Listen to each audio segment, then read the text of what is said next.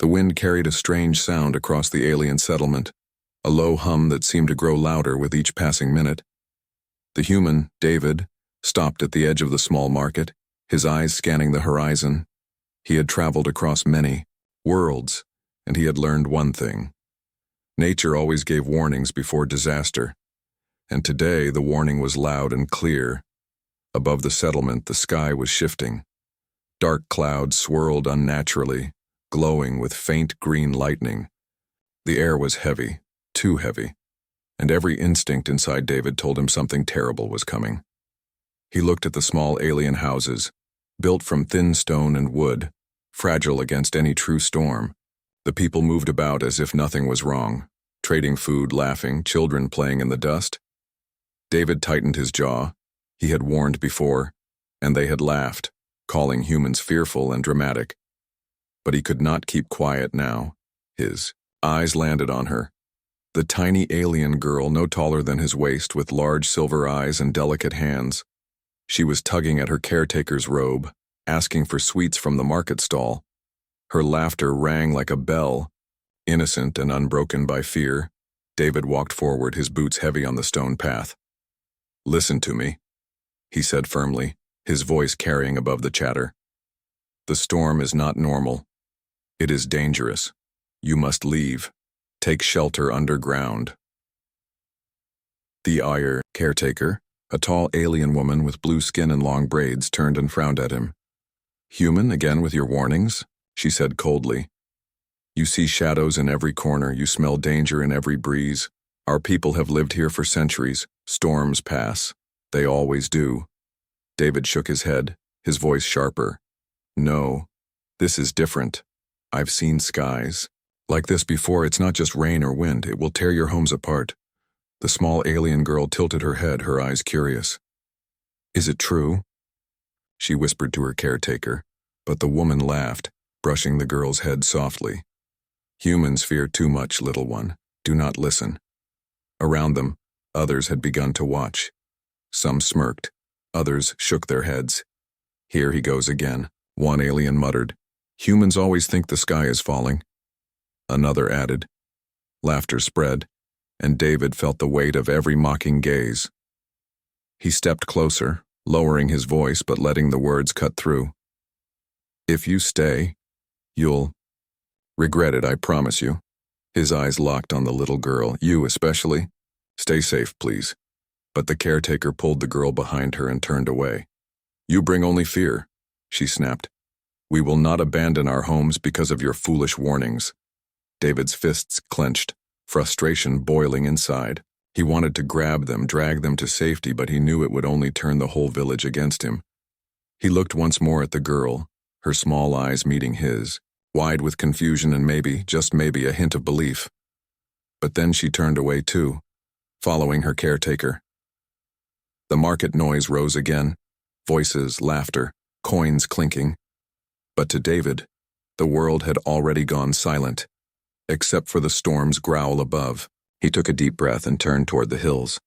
If they would not listen, he could only prepare himself. Still, guilt gnawed at him. If something happened to that child, he would never forgive himself. The wind picked up suddenly, scattering. Dust across the market, stalls shook, cloth banners snapped sharply. A few aliens looked uneasy, but still no one moved. David's heart pounded. He whispered under his breath, "You fools. Why won't you listen?" As he walked away, he could still hear the girl's laughter echoing in the distance. It was sweet, fragile, and completely unaware of the danger above. He tightened his coat around him and kept walking, but he knew this was not the end. The storm was coming, and soon they would all understand. And when that happened, it might already be too late. The horizon flashed with green light again, brighter this time. Thunder cracked like a giant's roar, shaking the very ground. David froze for a moment, staring at the sky. His heart sank. He had seen storms, but nothing like this in years. The little alien girl's face flashed in his mind, her curious silver eyes. He had warned them, and they had ignored him. Now only time would tell the price of that choice, he whispered to himself as he walked into the wind. May the stars protect her. The storm's first drops of acid rain hissed against the ground, burning small holes in the dirt. But behind him, in the market, the laughter continued. Unaware, unafraid, and unprepared for what was about to begin. The first drops fell like fire from the sky. They sizzled as they touched the roofs, burning small holes in the stone. The market's laughter slowly faded when people realized this was no ordinary rain. The green lightning flashed again, and this time the clouds opened, wide. The wind howled like a beast released from chains.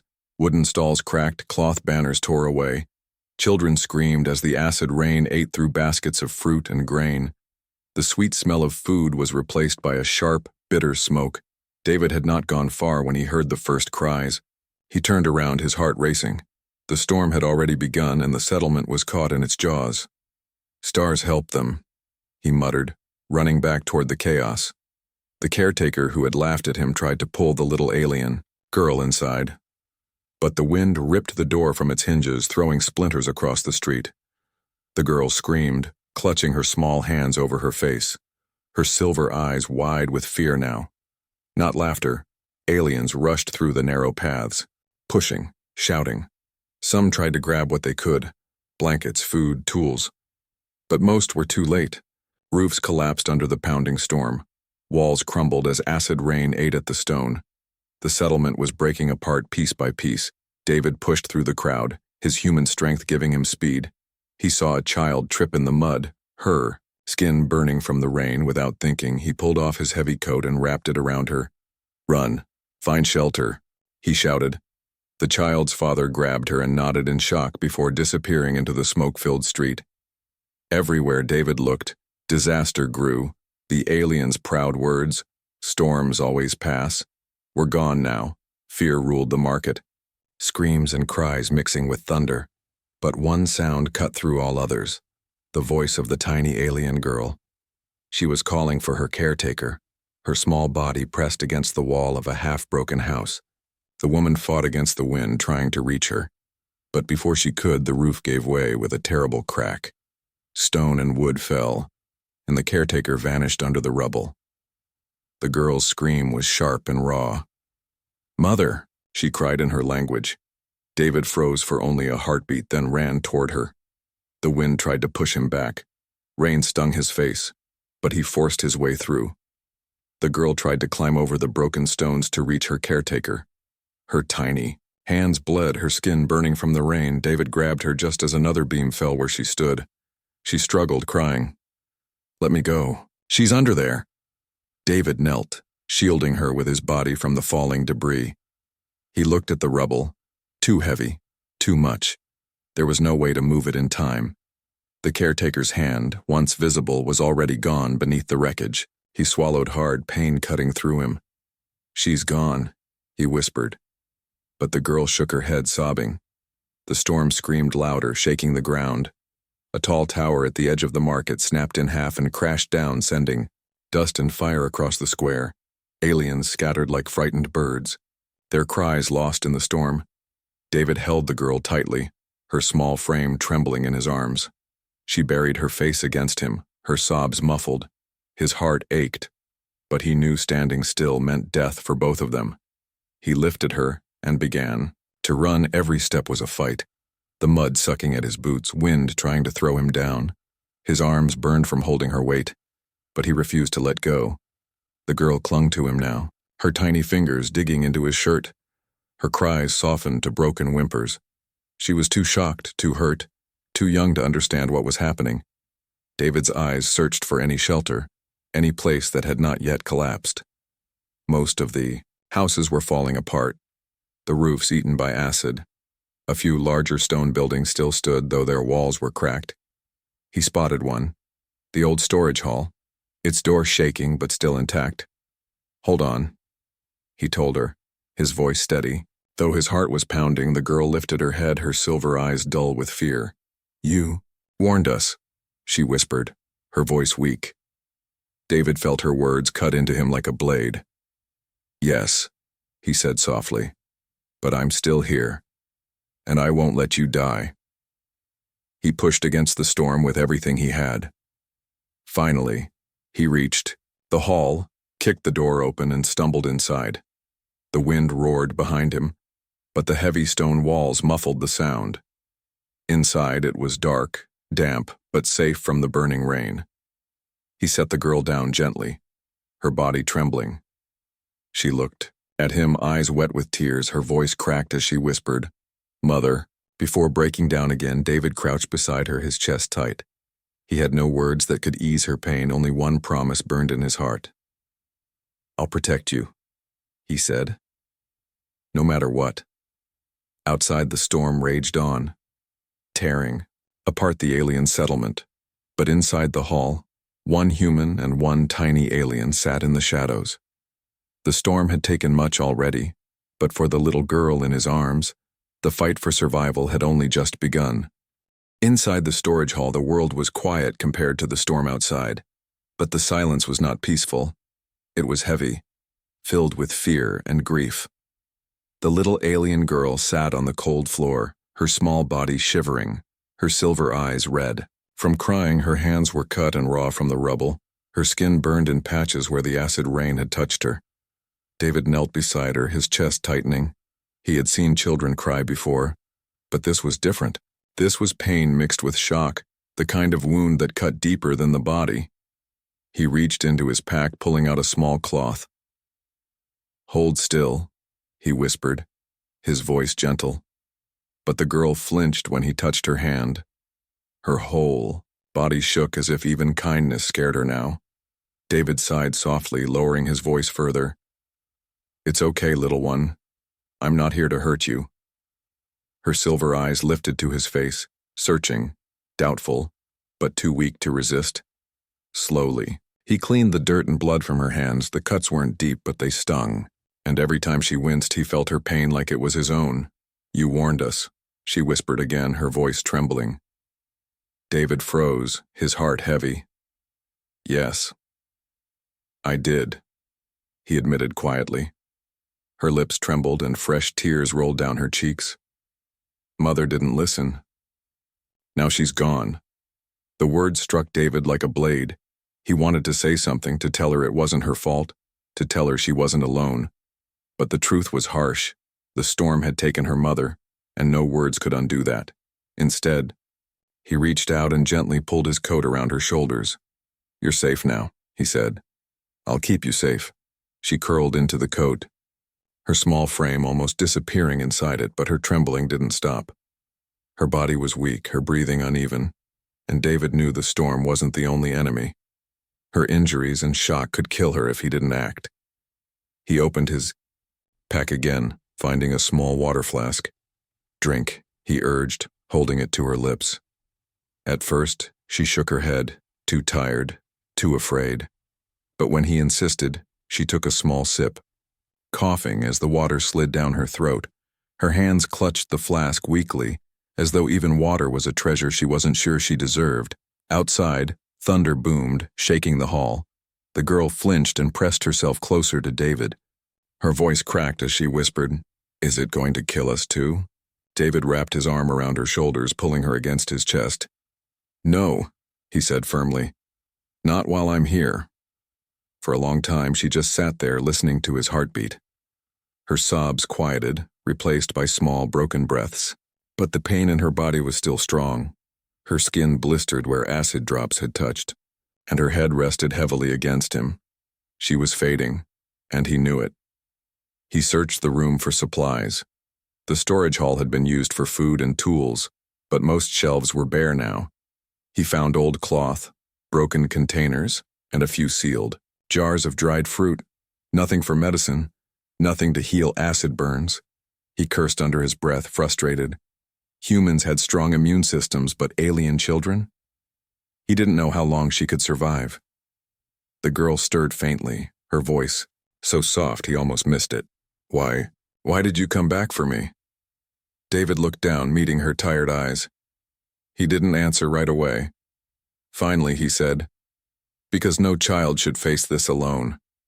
Her eyes glistened with tears again, but this time there was something else in them too, a flicker of trust.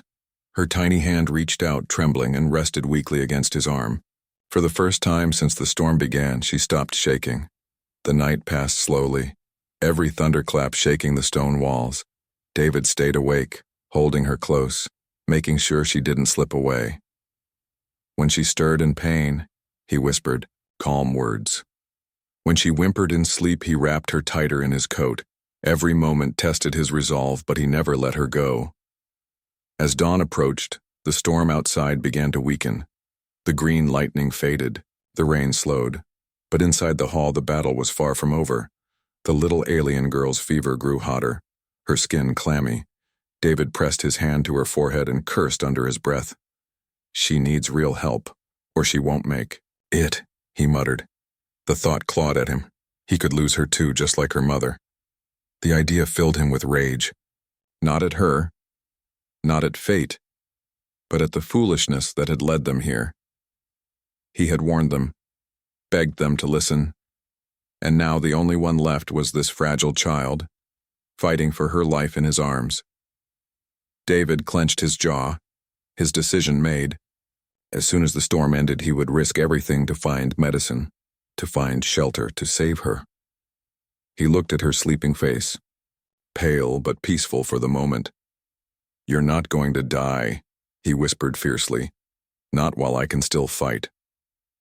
The storm outside was dying, but inside the hall the true struggle had only begun. The tiny alien girl suffered in silence, her body weak, her spirit fragile, and David, the human who had been mocked and ignored, now carried the weight of her life on his shoulders. He would not fail her. Not now. Not ever. The storm outside slowed with the first weak light of dawn, but inside the stone hall the air was heavy with fear. David sat against the wall, the tiny alien girl in his arms, her body burning with fever.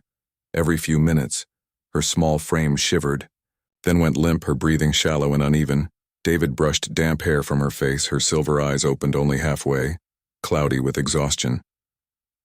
"Don't leave me," she whispered faintly. His heart clenched. "I won't," he promised, even as doubt gnawed at him.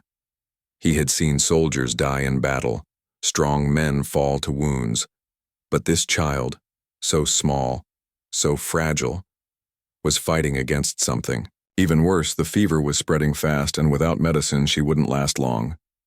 David stood, carefully laying her on his coat.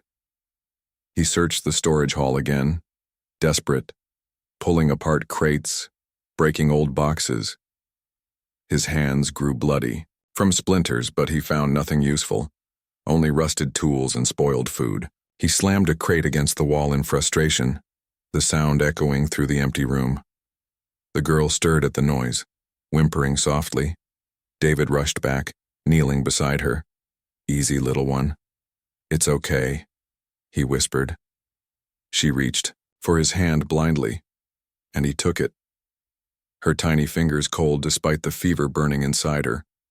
David's mind raced. He knew alien settlements sometimes had healing chambers, small clinics powered by old machines. But after the storm, most of them would be destroyed, or too far to reach in time. Yet staying here meant certain death for her. He had no choice, he had to move. He leaned close, whispering in her ear, "I'm going to take you out of here, we'll find help." Her lips parted as if to argue, but she was too weak. Her head fell against his chest, trusting him without words. David wrapped her in his coat, tying the sleeves around his shoulders so she stayed close to his chest. Her small weight pressed against him, each faint breath reminding him how little time he had. He pushed the heavy hall door open, and the world outside hit him like a blade. The storm had passed, but the settlement was unrecognizable. The once busy market was now rubble, blackened and broken. Acid pools hissed in the mud. Smoke rose from collapsed homes. Bodies lay silent among the ruins, some covered, some half buried. David swallowed hard, shielding the girl's face so she wouldn't see. His boots splashed through the thick mud as he searched for any sign of survivors. "Hello, anyone alive?" he shouted, his voice echoing across the ruins. Only the wind answered, carrying the faint crackle of falling stone. The girl whimpered against him, her fever making her drift in and out of awareness. "Water," she whispered weakly. David stopped, pulling out his flask. Only a few drops remained, but he tilted them carefully into her mouth. Her lips moved slightly, drinking, before she sank back into sleep. Every second counted now. He scanned the horizon, his sharp eyes landing on a faint shimmer of metal in the distance. It looked like a tower, maybe the remains of the central clinic. If any machines still worked, if any supplies were left, it could save her.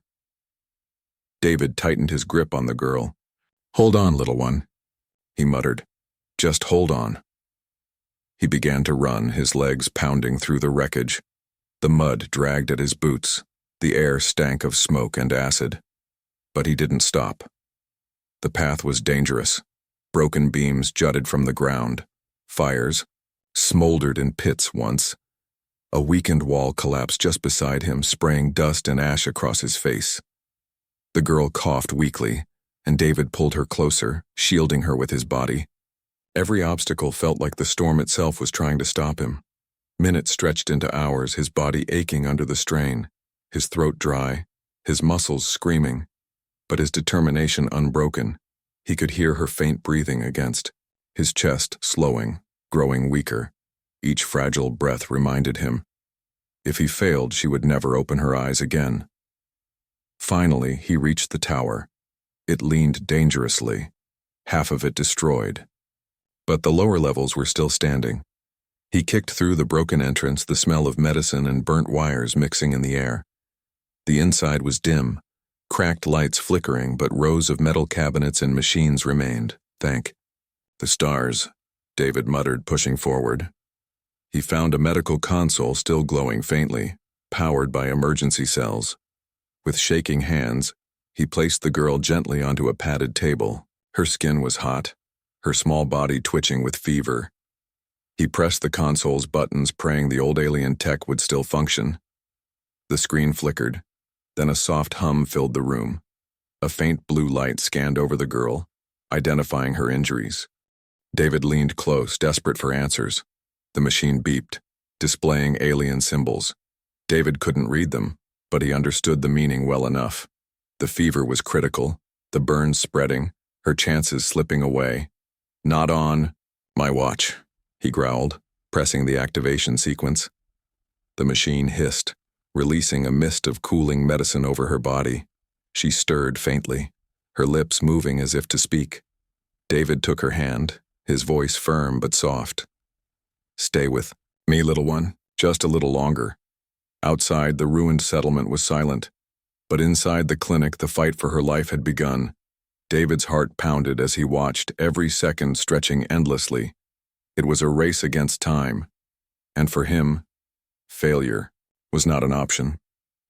The alien machine hummed weakly, its blue mist wrapping the tiny girl's body. For a moment, David let himself breathe. Finally, there was hope. Her trembling slowed, her feverish skin cooled slightly.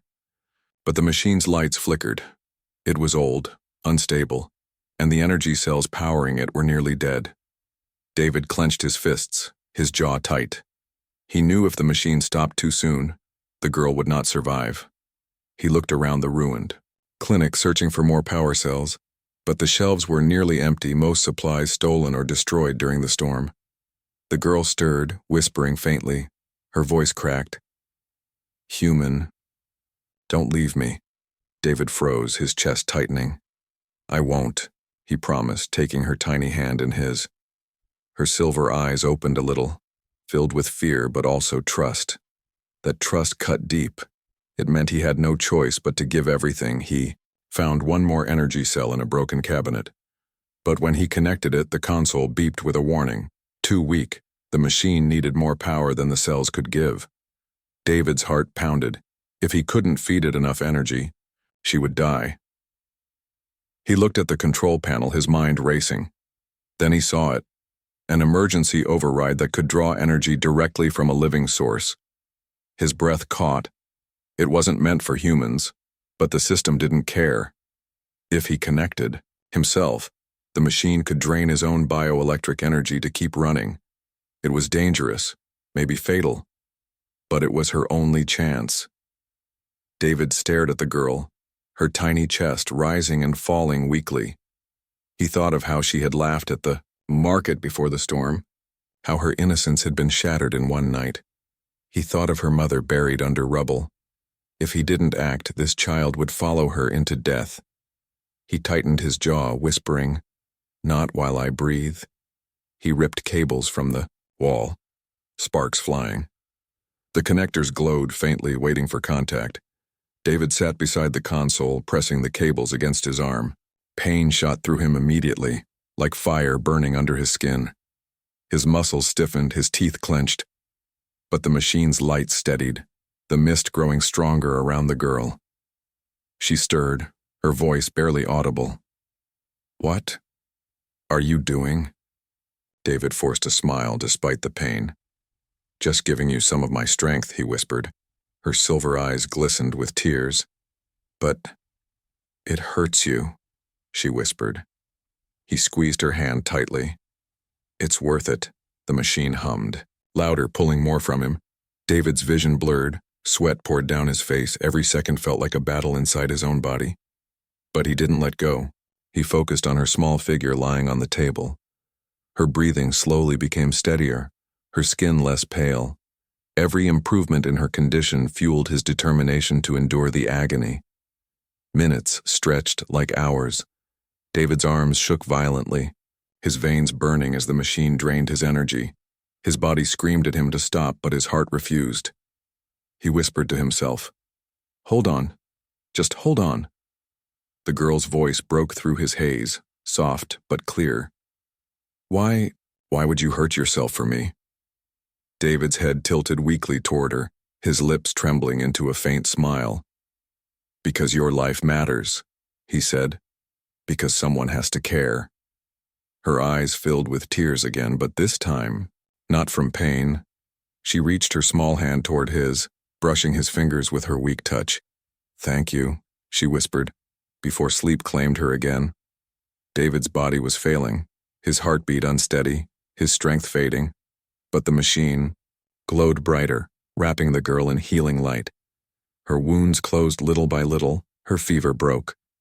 Hope filled the air, though it came at the cost of his own strength. Finally, the console beeped, signaling the process complete. The mist faded, the machine powering down with a long sigh. David let the cables fall from his arm, his skin scorched with burns. He collapsed, to his knees gasping, sweat dripping from his face.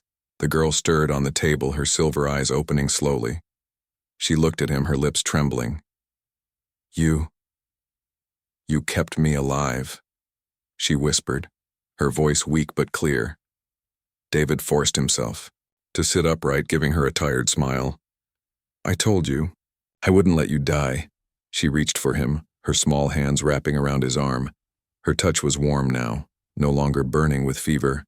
Tears streamed down her cheeks as she whispered, "You gave me your life. I don't deserve it." David shook his head slowly. "No one deserves to suffer alone," he said softly. "You're alive. That's all that matters." The clinic was silent, only the faint crackle of broken wires in the distance. David leaned back against the wall, his strength nearly gone. But in his chest, a quiet relief settled. She was safe, at least for now. The cost had been high, but it was a price he would pay again without hesitation. As the girl drifted into peaceful sleep, David closed his eyes briefly, whispering, "I'll protect you, no matter what it takes." And though exhaustion dragged him down, one thought burned in his mind. The storm had tried to take her, fate had tried to break her, but as long as he lived, she would never be alone again. The clinic was quiet, except for the faint hum of broken machines. David leaned weakly against the wall, his body heavy as stone. Every muscle ached, his skin burned where the cables had touched. But his eyes stayed fixed on the small figure lying on the table. The tiny alien girl was breathing softly now, her chest rising and falling in steady rhythm. Her fever was gone, her skin no longer pale and clammy. For the first time since the storm, peace touched her face. David let out a long, shaky breath. His sacrifice had worked, but relief was short-lived. His own strength was failing fast. His arms trembling, his heartbeat unsteady. He tried to push himself up but fell back down, coughing hard. The girl stirred at the sound, her silver eyes blinking open. She turned her head toward him slowly. Her voice was faint but clear. "You look sick." David forced a small smile, though his vision blurred. "I'll live," he whispered, though he wasn't sure it was true. The girl sat up weakly, still wrapped in his coat. She slid off the table, her small legs wobbling. Slowly, she moved toward him, her tiny hands reaching out. Don't fall asleep," she said, her voice trembling. David chuckled softly, though pain shook through his chest. "Bossy little thing," he muttered, leaning his head back. She kneeled beside him, her silver eyes glistening. "I thought I was going to die," she whispered. David turned his head slightly to look at her. "But you didn't," he said firmly, "because you're stronger than you think." Her lips trembled, and fresh tears slid down her cheeks. "No, I'm alive because of you." She reached for his burned arm, touching it gently. Her small fingers brushed the scorched skin, and she gasped. "You gave me your strength." David closed his eyes briefly, then opened them again. "I gave you what I could," he said softly. Her little hands clenched into fists. "Why? You could have let me go. I'm just a child." David's voice grew steady, stronger despite his exhaustion. "No life is just anything. You matter, and I don't let people suffer when I can stop it." The girl stared at him, her heart pounding with emotions she couldn't name. She had been told humans were selfish, loud, reckless, but this human had bled, burned, and nearly broken himself just to keep her alive, and she couldn't understand why. Her small body trembled as she whispered, "You remind me of my mother. She always protected me too." David's eyes softened, his chest aching with the memory of the caretaker buried under rubble. "I couldn't save her," he admitted, his voice rough, "but I can save you, and that's what she would have wanted." The girl pressed her forehead against his arm. Tears soaked into his sleeve, but she clung to him. For the first time since the storm began, she wasn't crying from fear. She was crying because she finally felt safe. David wrapped his arm around her shoulders weakly, holding her close. It was a fragile embrace, but in that moment, it was stronger than any wall. Hours passed slowly, the sound of distant thunder fading to silence. Outside, the storm had ended, leaving behind ruins. But inside the clinic, something had changed. The girl's strength returned little by little, and David, though weak, found a new reason to keep fighting. When she finally lifted her head, her silver eyes were brighter. "What now?" she asked quietly. David looked toward the shattered doorway, the ruins beyond. "Now we survive," he said firmly. She tilted her head, frowning. "How?" He smiled faintly. "Together." She blinked at the word, repeating it softly. "Together." The sound of it on her lips filled David with a strange warmth. For so long he had walked alone, carrying warnings no one believed. But now, for the first time, someone trusted him.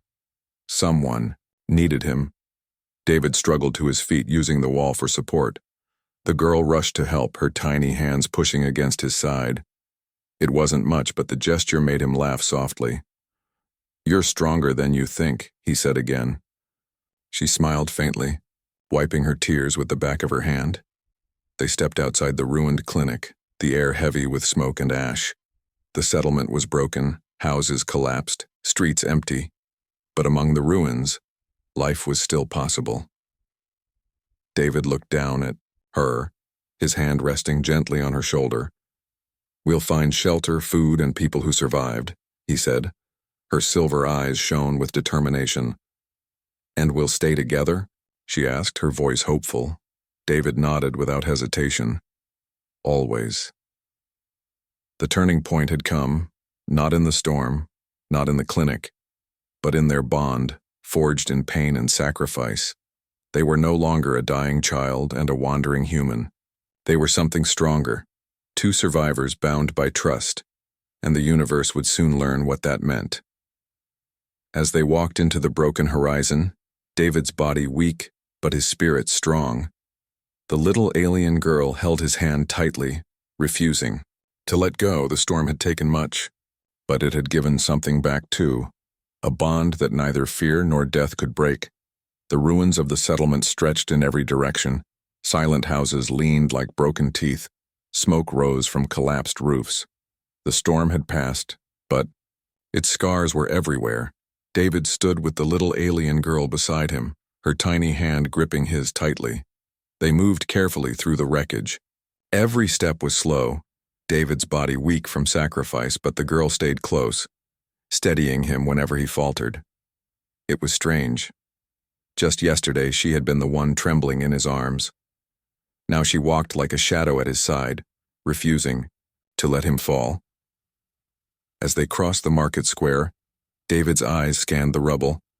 Bodies lay covered with sheets of cloth, left by survivors who had fled. The air was heavy with grief. The girl lowered her head, whispering, "So many. Gone." David squeezed her hand gently. "They're gone, but we're still here.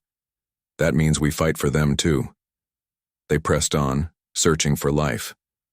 At last, faint voices echoed through the ruins, weak, but alive. David guided the girl toward the sound. Behind a half-collapsed hall, a small group of survivors huddled together, their eyes hollow. When they saw David, whispers spread. "It's the human," someone muttered. "He warned us." Another said, shame in their voice. "The little alien." Girl stepped forward, her silver eyes fierce despite her small frame. "He saved me," she declared, her voice trembling but strong. "He gave his life to protect me, when no one else would listen." The survivors fell silent, their gazes fixed on David. Some looked guilty, others confused, but none could deny the truth. He had risked everything when they had ignored him. David didn't ask for their praise. He only said, "There are children, families. They'll need shelter, food, healing. If you want to live, stop standing in the ruins and start rebuilding." Slowly, the survivors nodded, hope flickering in their broken eyes. The girl turned back to David, her small voice filled with quiet pride. "They will listen now because of you." David shook his head, his voice low. "No, because of us." Her eyes widened slightly, and for the first time since the storm, she smiled. Small, fragile, but real. Days passed, and together they worked with the survivors. David carried beams, repaired walls, and scavenged supplies. The little alien girl helped too, fetching tools, handing food. But most importantly, she stayed by his side, her presence giving him strength when his body threatened to collapse. At night, they sat by small fires. She often leaned against him, her eyes fixed on the stars above. "Do you think my mother can see me?" she asked one evening, her voice soft. David looked up at the sky, the stars bright and endless. "Yes," he said quietly. "And she sees you're not alone?" The girl pressed closer, whispering, "I thought the storm took everything from Fursa, but it gave me you." David felt his chest tighten, his hand resting gently on her small shoulder. "And I thought I would always walk alone, but I was wrong too." Their bond grew stronger with each passing day. The others began to notice. They whispered of the human who had become protector of a child not his own, of the little alien girl who clung to him like family. Some said it was strange, others called it fate. But to David and the girl it was simple. It was survival. One evening, after a long day of rebuilding, the girl looked up at David, her silver eyes shining in the firelight. "Will you leave when the settlement is safe?" she asked, fear hiding in her voice. David looked at her for a long moment before answering, "No, not unless you tell me to." Her lips trembled, and she whispered, "Then never leave." David smiled faintly, his heart steady. "Then never." The word sealed something deeper than promises, something forged not in comfort but in pain, loss, and sacrifice. Weeks later, When the settlement stood again, David was no longer an outsider. The survivors treated him with respect, their laughter softer, their eyes warmer when they spoke to him, but more than their trust. David had something greater. A child who called him protector, who clung to his side not out of fear anymore but out of choice. One morning, as they walked through the rebuilt square, the girl tugged his hand, stopping him. "David," she whispered, her silver eyes glowing with emotion. "You're not just a human to me anymore. You're my family." The words hit him harder than any storm. He looked down at her, speechless for a moment. Then he knelt, resting a hand gently on her head. "And you're mine," he said softly, his voice breaking with emotion. "You're my little one now." She threw her tiny arms around his neck, holding him tight. David closed his eyes, his heart swelling. All the pain, the storm, the sacrifice. It had led to this moment. A bond stronger than blood, stronger than fear, stronger than storms, as the fires of the ruined past dimmed and new light rose over the settlement. David knew one truth above all. He had come as a stranger, mocked and ignored, but now, because of a child who once suffered from ignoring his warning, he had found something worth living for, a bond forged in pain, sealed in trust and unbreakable until the end of time.